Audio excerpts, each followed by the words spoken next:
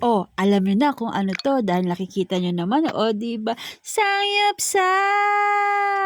Oh, sarap, sulit busog na naman. Ako nga pala ang babaeng tamad mag-video-video pero gustong kumita sa social media. Ano daw? Libre 'to sa office, oh, 'di ba? Ito ang kagandahan 'pag ang trabaho mo ay nasa labas pero tiniis namin ang init, grabe.